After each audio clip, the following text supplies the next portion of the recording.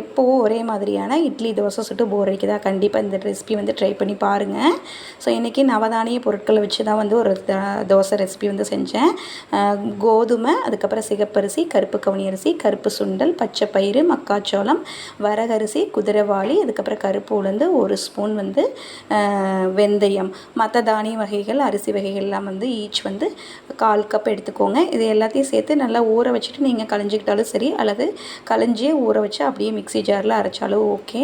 தோசை மாவு பத்துக்கு வந்து அரைச்சிக்கோங்க. லாஸ்ட்டாக வந்து உப்பு ஆட் பண்ணி 6 மணி நேரத்துலேருந்து 8 மணி நேரம் வரைக்கும் புளிக்க வச்சு சொட்டிங்க அப்படின்னா சூப்பரான மில்லட் தோசை, நவதானிய தோசைன்னு சொல்லலாம். சூப்பரான ஆரோக்கியமான ஹெல்த்தியான ஒரு தோசை ரெசிபி வந்து ரெடி ஆயிடும். குட்டீஸ்லேருந்து பெரியவங்க வரைக்கும் எல்லாருமே விரும்பி சாப்பிடுவாங்க.